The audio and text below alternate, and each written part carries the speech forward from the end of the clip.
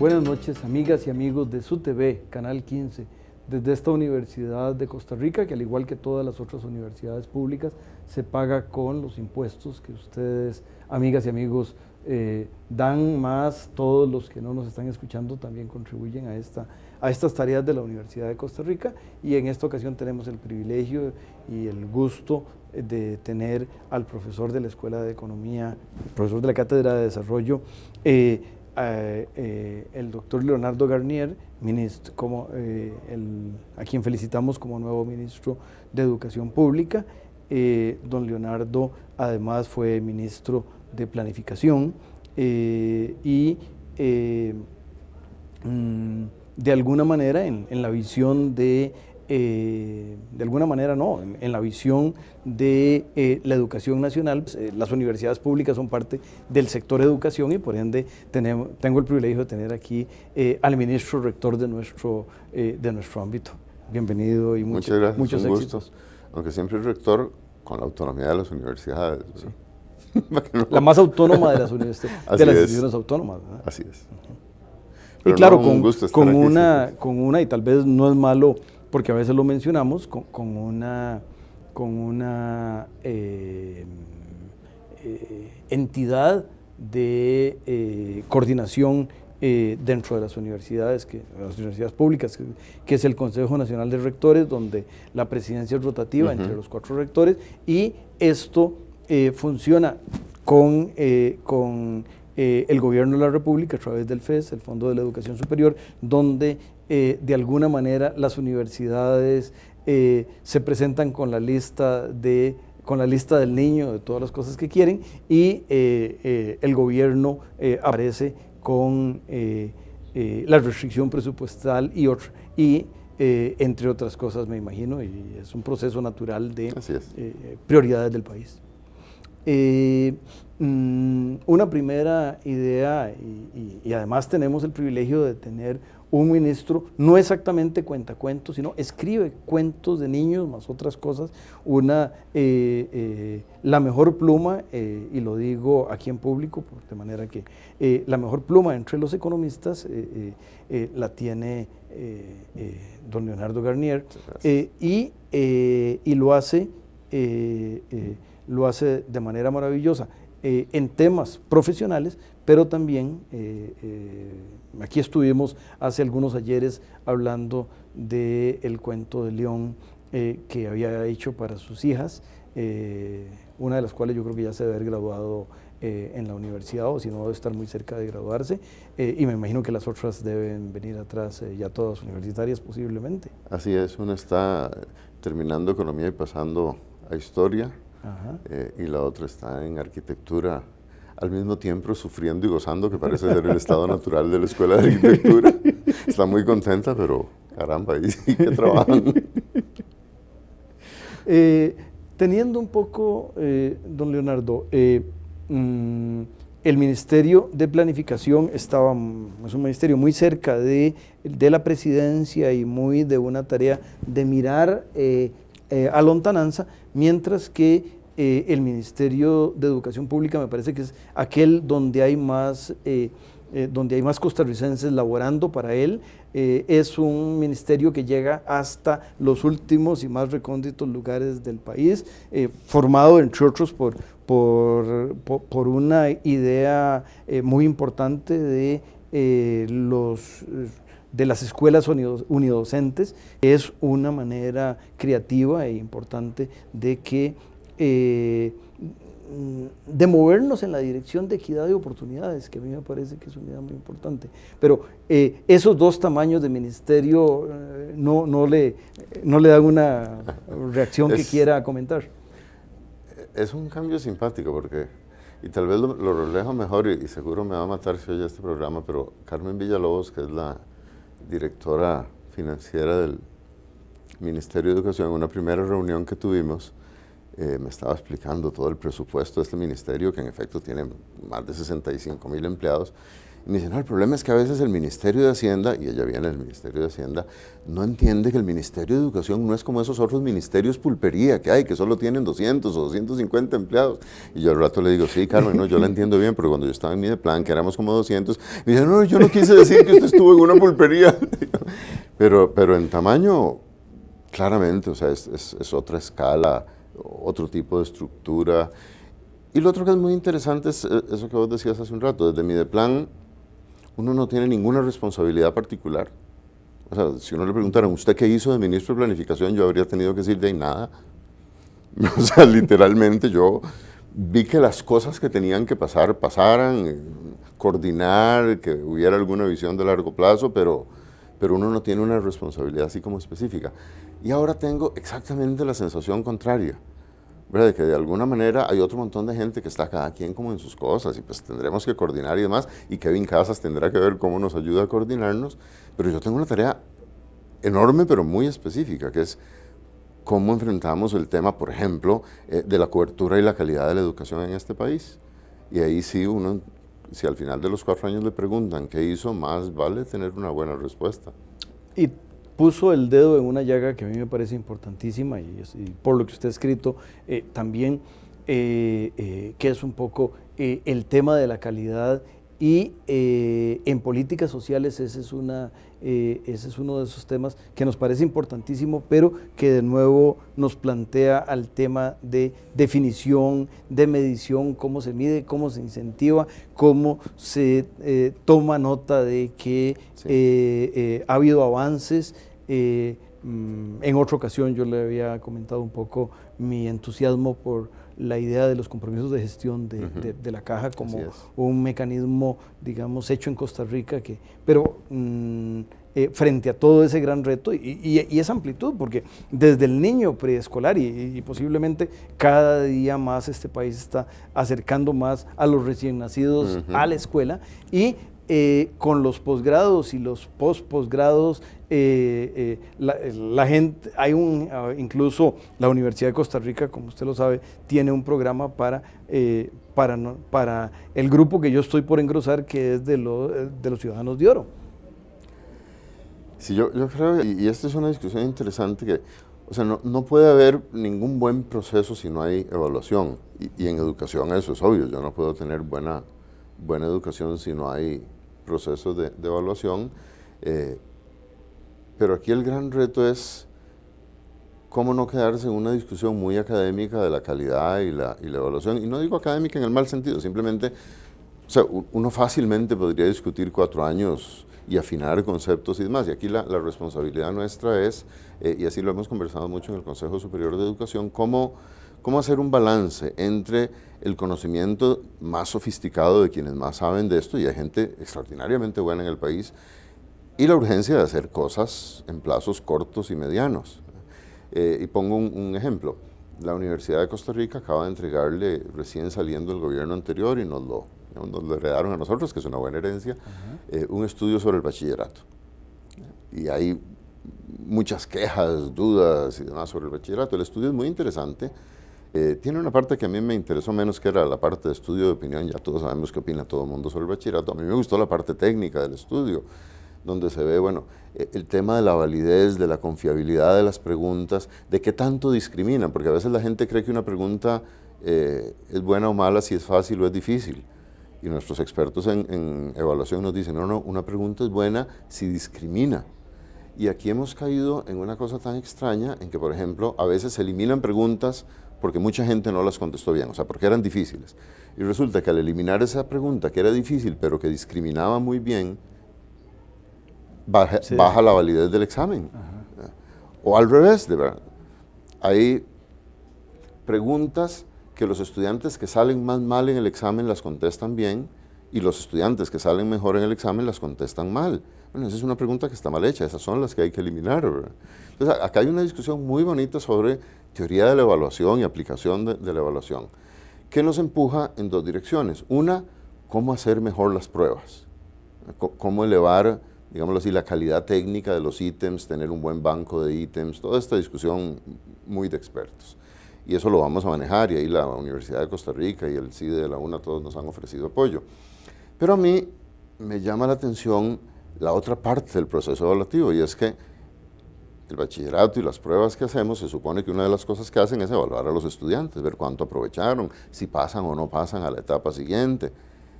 Pero cuando estos exámenes se instauraron, la idea era que sirviera en parte para eso y en parte para ir corrigiendo los defectos que tenemos en el sistema educativo. Un amigo francés, Jean Quenel, que nos asesoró mucho en Mideplan precisamente cuando montamos el sistema de evaluación, de todas las cosas inteligentes que Jean dijo, hubo una que fue una frasecita muy corta, me dijo: Leonardo, solo tengan cuidado en una cosa, entiendan que la evaluación no puede ser una autopsia. Entonces, no se trata de que al final de los 4 años usted le diga al presidente por qué salió mal su gobierno, ni que a los 11 años de estudio le diga al estudiante por qué no pasó el bachillerato. La evaluación tiene que dar información a lo largo de todo el proceso para ir corrigiendo cosas. Y digo todo esto para mencionar un ejemplo que a la gente podrá sonarle raro, y es que en este estudio de la Universidad de Costa Rica, la prueba que sale mejor evaluada en términos de su calidad, confiabilidad, validez, es la de matemática. Y esa es la prueba en la que se queda más gente. Pero entonces aquí viene algo gravísimo, porque mucha gente se queja del examen de bachillerato porque hay una gran presa en matemáticas, y eso es un problema que hay que atender.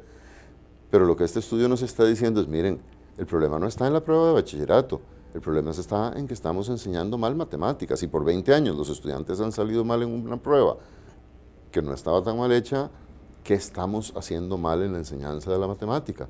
Y ese es el papel clave de la evaluación. Y me parece ahí fundamentalísimo la retroalimentación hacia los profesionales del ámbito, tanto en el ministerio como a los otros niveles.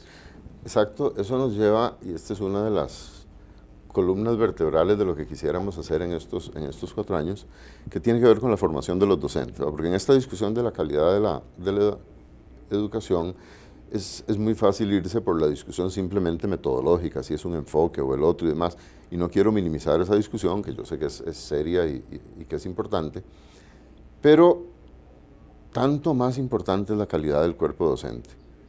O sea, un buen profesor es capaz de enseñar con casi cualquier metodología, y un mal profesor yo creo que no enseña con casi ninguna metodología. Entonces, un poco lo que hemos estado conversando es que tenemos que tomarnos muy en serio, y esto es algo que los gremios del magisterio han insistido por muchos años, el tema de la formación y el desarrollo profesional de los docentes. Y esto tiene 2 partes, una que es nuestra relación con las universidades. Y acá lo que uno se encuentra es que muchas veces el Ministerio de Educación ni siquiera le ha entregado a las universidades cuál es el perfil de docentes que necesita.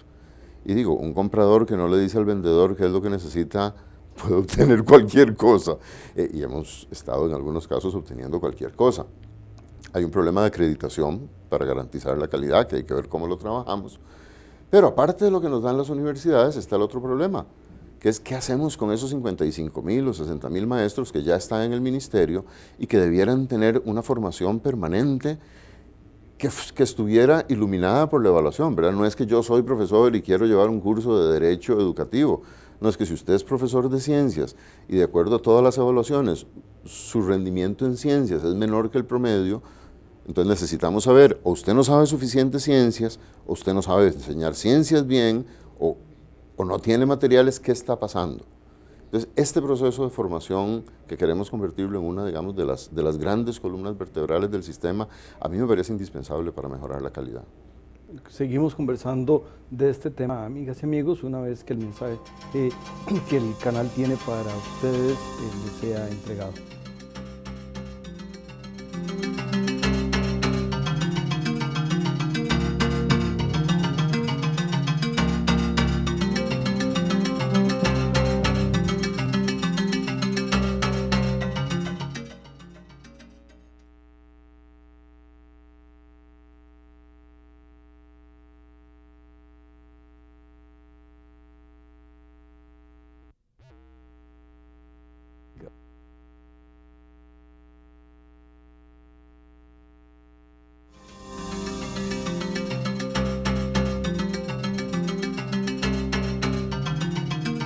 Conversábamos, amigas y amigos, con el señor ministro de Educación Pública y profesor de esta Universidad de Costa Rica, el doctor Leonardo Garnier, sobre el enorme reto y el entusiasmo enorme que tiene en estas tareas tan importantes para el país.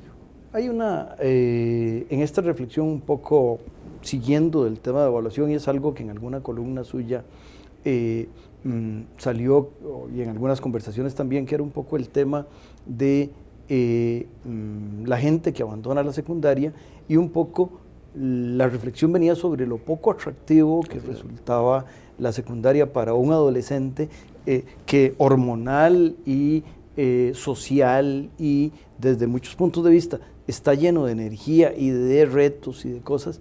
Me parece que hay una tarea compleja. Sí, ese es un tema, y lo más triste es que este tema, cuando le ponemos atención, es cuando revienta de las peores formas, ¿verdad? Cuando hay algún caso de violencia o cuando sale algo de drogas y demás, y entonces el enfoque que suele predominar en muchos medios de comunicación es el del joven como predelincuente, es casi que una etiqueta, o sea, ser joven es ser un problema.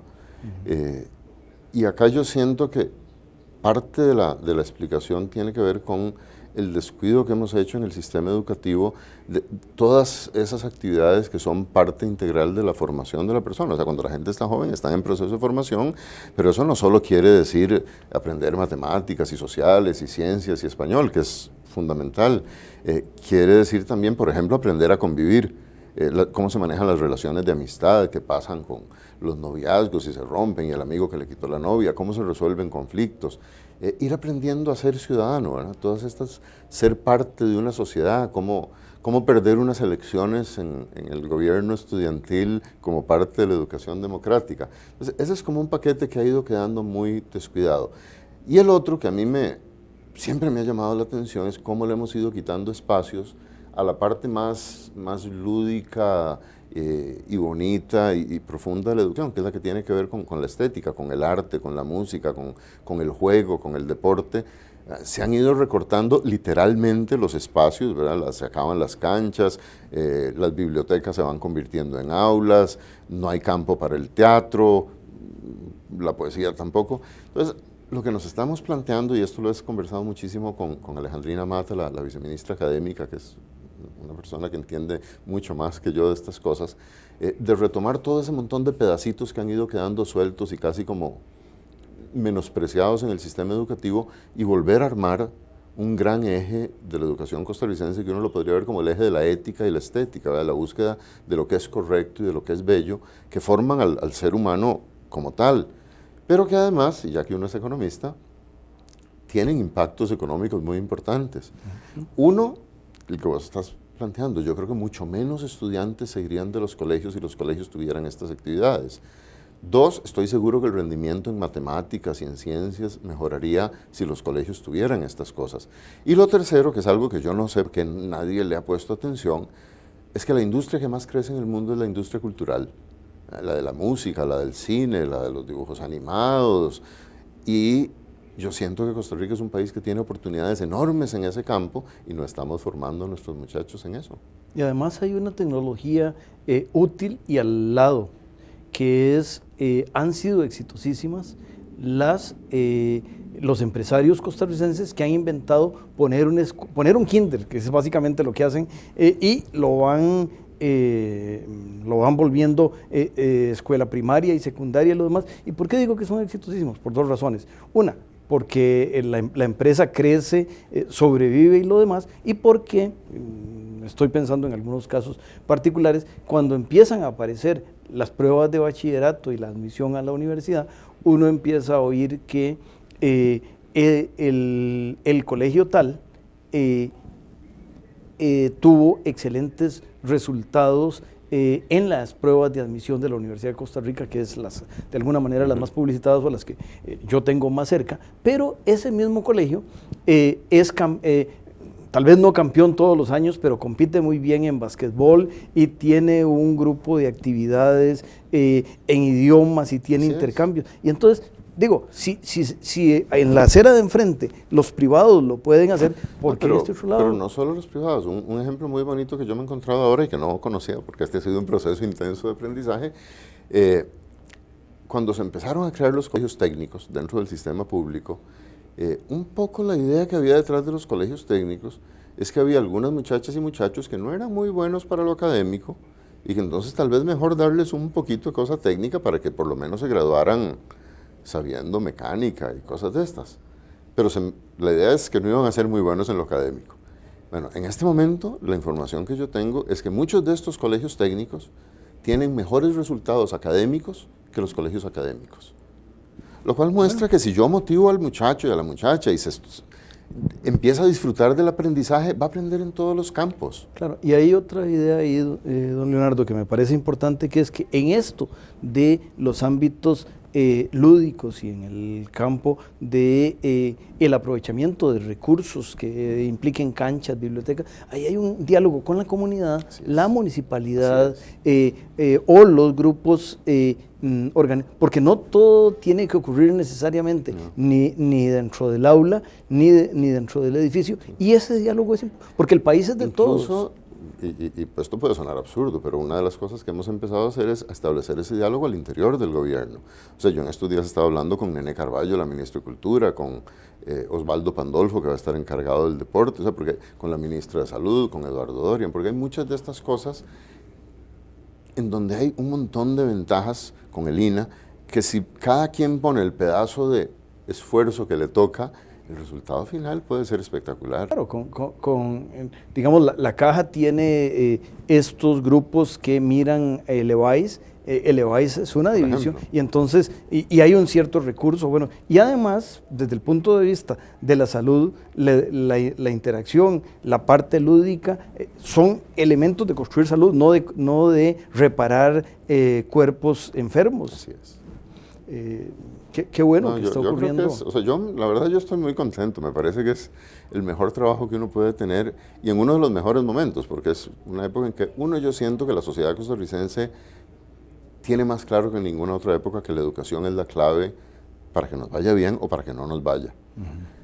Y cuando a eso se junta que el presidente de la República decide hacer de la educación uno de sus temas bandera, para el ministro se siente bien.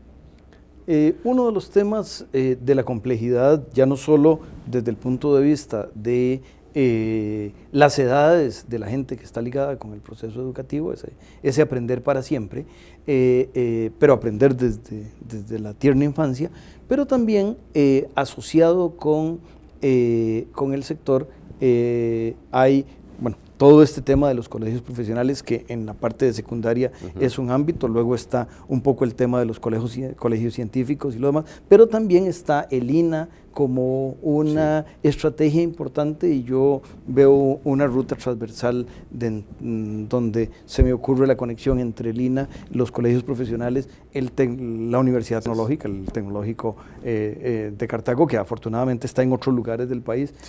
Esta integración, ¿cómo la mira el Ministerio? Bien, hemos estado precisamente en esa línea coordinando con el Ministerio de Ciencia y Tecnología, con el INAH, con las universidades estatales hemos tenido una excelente relación en todos estos días y en el campo específico de la educación técnica, la idea es precisamente esa. Por ejemplo, uno se encuentra cosas como estas en la zona de Papagayo al norte, donde el INAH tiene una magnífico equipamiento para dar clases sobre el tema de las marinas. Y el Ministerio de Educación, que obviamente no tenemos eso, tenemos capacidad de complementar eso con la parte académica, con el inglés, con otra serie de cosas. Entonces estamos hablando, bueno, ¿por qué no nos juntamos? Nosotros aportamos la parte académica y las aulas que tenemos, el INAH aporta la otra parte técnica y entonces estamos graduando muchachos que al mismo tiempo completan su educación académica, pero quedan directamente con una formación técnica y prácticamente con un empleo. Eso es importantísimo, porque al final del día el tema del empleo es crucial. Hay dos temas ahí que salen mencionados un poco, el tema del inglés y yo diría el tema de algunos otros idiomas, y yo me atrevo hasta a decir el chino, porque me parece que este siglo mandarín es una de las cosas que sería importante. Si mi hija fuera recién nacida, yo estaría pensando en cómo lograr que mi hija aprenda mandarín. Ese es un tema clave. Yo creo que, digamos que el inglés se ha convertido como en el segundo idioma del mundo. Bueno, todo el mundo como segundo idioma tiende a manejar el inglés, Entonces, o sea, el alemán y el italiano se hablan en inglés, el chino y se hablan en inglés. Entonces yo diría que un esfuerzo que el país empezó en los años 90 y que ha sido muy desigual, con muchos problemas, es el de lograr que el país como una primera cosa sea bilingüe, hablando como bilingüe, un país en que la gran mayoría de la gente maneje razonablemente bien el inglés. O sea, en primer lugar, que lo puedan conversar y ojalá que puedan leerlo y escribirlo.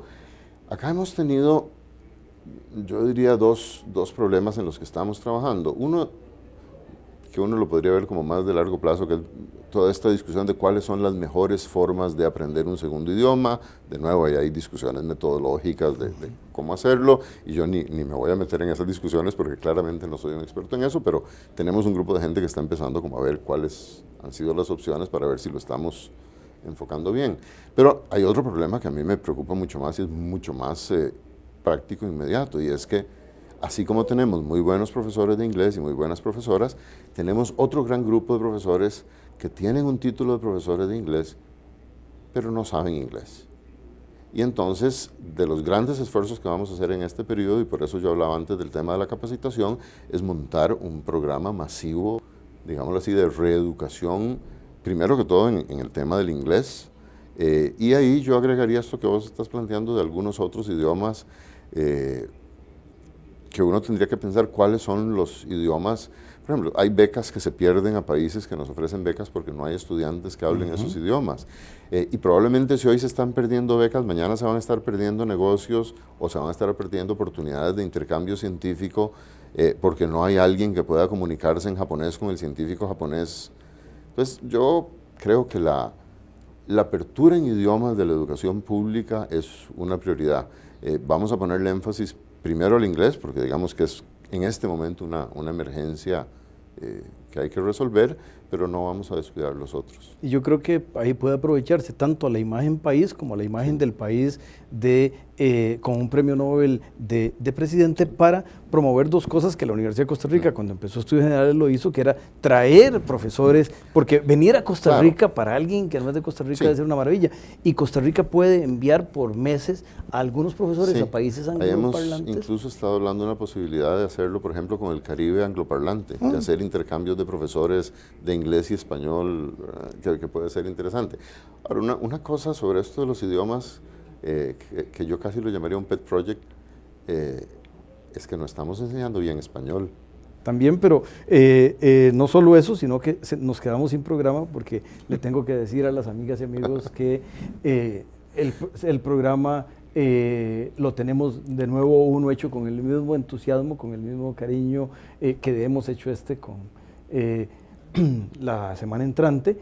Desearle muchos éxitos y que muchos de esos sueños se hagan realidad para bien del país, y decirle a las amigas y amigos buenas noches. Muchas gracias.